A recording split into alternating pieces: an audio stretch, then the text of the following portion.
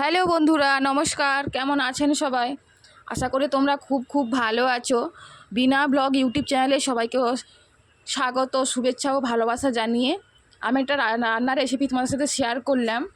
যে রান্নাটা সবার সত্যি খুব ভালো লাগে। টক টক রেসিপিটা সবাই সব সময়ের জন্য ভালো লাগে, সে যে কোনো টক হোক না কেন, ফুচকা থেকে শুরু করে মাছের টক, যে কোনো দিয়ে, আমচুর দিয়ে, তেঁতুল দিয়ে বা আমড়া দিয়ে, সব কিছুতেই টক সুন্দর লাগে খেতে।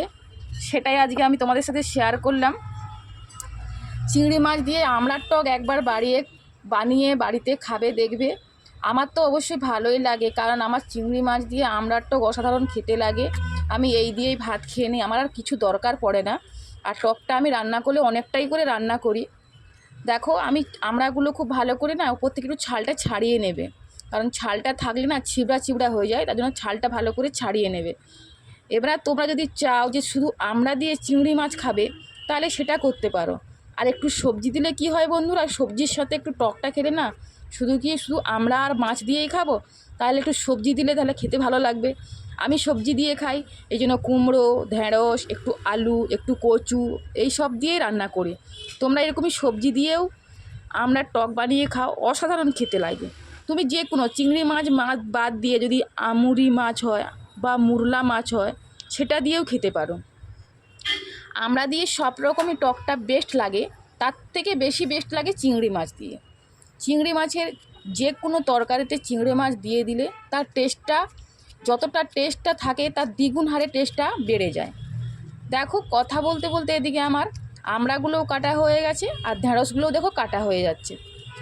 ঢেঁড়স আর আমড়া কাটা হয়ে গেছে। এবারে আমি একটু কুমড়ো দেবো। অল্প করে আমি কুমড়ো এনেছিলাম বাজার থেকে, সে কুমড়োটাও আমি দিয়ে দিয়েছিলাম।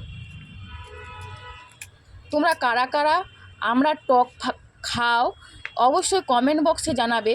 আর আমরা দিয়ে কিসের টক খাও? আমরা কিন্তু চাটনিও খুব সুন্দর হয় মাছের ডিম দিয়ে, সেটাও আমি তোমাদের সাথে একবার শেয়ার করব।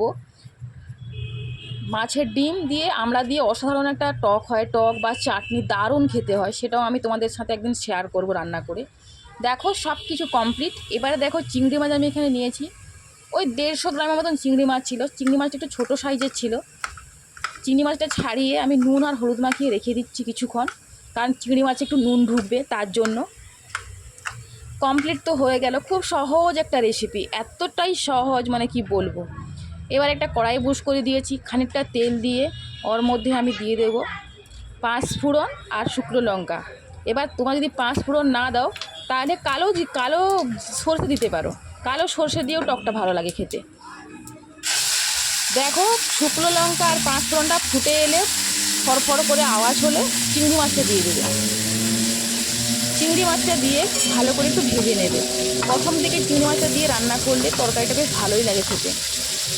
আর তোমরা এটা আরও একটা অপশান আছে, সেই অপশানটা হচ্ছে তোমরা চিংড়ি মাছটা ভেজে রেখে দিয়ে তারপরে আমড়াটা ভালো করে কষিয়ে তারপরে দিতে পারো চিংড়ি মাছটা। দেখো, আমি আবার একটু 5 ফোড়ন শর্ট হয়ে গেছে বলে এখানে আমি আবার দিয়ে দিলাম একটু কালো সরষে। 5 ফোড়নটা আমার কম ছিল, তার জন্য আমি কালো সরষে দিয়ে দিলাম। দেখো, চিংড়ি মাছটা ভালো করে ভাজা হয়ে গেছে আমার। এবারে আমি কী করবো না, ওই চিংড়ি মাছের উপরে আমি যা কিছু সবজি রেখেছিলাম, আমড়া, কুমড়ো, ঢেঁড়স, আলুও দিয়েছিলাম লাস্টে একটা, দেখতেই পাবে তোমরা। এই দেখো, সবজিগুলো দিয়ে দিলাম। সবজিগুলো দিয়ে প্রথমে কিন্তু জল দেওয়া যাবে না, সবজিগুলো একটু কষিয়ে নিতে হবে, কারণ সবজির যে একটা সবুজ গন্ধ থাকে বা কাঁচা গন্ধ থাকে, সে গন্ধটা চলে যাবে। এর জন্য সবজি দিয়ে সঙ্গে সঙ্গে জল না দিয়ে নুন হলুদ দিয়ে ঢাকা দিয়ে ভালো করে সবজিটা কষিয়ে নিতে হবে।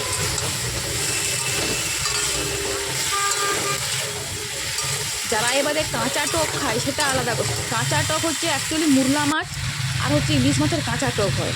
আর এই চিংড়ি মাছের কাঁচা টকটা অতটা ভালো লাগে না খেতে, গন্ধ করে। এইভাবে তোমরা কী করবে, সবজিগুলো আর দিয়ে নেড়ে হলুদ আর লবণ দিয়ে ভালো করে নেড়ে চেড়ে তোমরা ঢাকা দিয়ে রেখে দেবে। আমি এই টকটা প্রায় বানাই, আমার ভালোই লাগে খেতে। চিংড়ি মাছ পেলেই বাজারে আমি চিংড়ি মাছ নিয়ে চলে আসি। আমরা সিজন এলে আমি কিনে যে কতবার ধরে টক বানিয়ে খাই কী বলবো। দেখো, কষানো হয়ে গেছে প্রায়। এবারে আমি পরিমাণ মতন এতে জল দিয়ে দেবো। তোমরা দেখে নেবে একবার আলু বা কুমড়ো কতটা সেদ্ধ হয়ে গেছে, সেই অনুযায়ী তোমরা টকের জলটা দেবে। দেখো কষতে কষতে কিন্তু হাতের বেশি সেদ্ধ হয়ে যায়। এবারে বাকিটা একটু ফুটিয়ে নিতে হবে। এবারে আমি সেই রকমই আমি জল দিয়ে দিলাম, একটু রস রাখবো বলে একটু জল দিয়ে দিচ্ছি বেশি করে, দিয়ে এটাকে আমি ঢাকা দিয়ে রেখে দেবো। তোমরা আর একবার টেস্ট করে নেবে নুন হয়েছে কি না, যদি না হয় তাহলে আবার একবার নুন দিয়ে দেবে। নুন দিয়ে এটা কষিয়ে কষিয়ে রান্না করে নেবে। দেখো হয়ে গেছে, আমি ঢাকা দিয়ে দিয়েছি। দেখো ঢাকনা খুলে দেখলাম যে অনেকটাই রসটা মরে এসেছে। আরও একবার দরকার হলে ফুটিয়ে নেব, আরও 2-1 বার।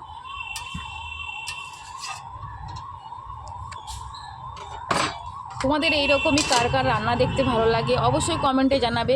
আর আমড়ার টক তোমরা কীভাবে খেতে চাইছো সেটাও আমাকে একটু কমেন্টে জানাবে, তাহলে আমি আরও তোমাদের রান্নাগুলো দেখে আমি ট্রাই করব, সেইভাবে আমি রান্নাগুলো তোমাদের সাথে শেয়ার করব। দেখো টক রেডি হয়ে গেছে। এবারে দেখো উপর থেকে সামান্য একটুখানি মিষ্টি দিয়ে দেবে, সামান্য। এবারে যদি না মিষ্টি খেতে চাও তাহলে মিষ্টি দেওয়া দরকার নেই, কিন্তু উপর থেকে একটু সামান্য চিনি ছড়িয়ে দেবে। আর একটা সিক্রেট বন্ধুরা, যে কোনো টকে তোমরা যদি উপর থেকে যদি সর্ষের তেল দাও, তাহলে তার একটা যে সর্ষের তেলের একটা ঝাঁঝ, তার একটা যে গন্ধ টকের সাথে, অসাধারণ একটা সুস্বাদু গন্ধ, সেটা তোমরা করতে পারো। দেখো আমি সেই একটু বেশি করে আমি সর্ষের তেল দিয়ে দিয়েছি, দিয়ে 1-2 বার করে নেড়ে এবার আমি টকটা নামিয়ে নেব। টকের যা গন্ধ, মনে হয় যেমন এখনই ভাত না ছাড়াই খেয়ে নেই বাটিতে করে তুলে নিয়ে।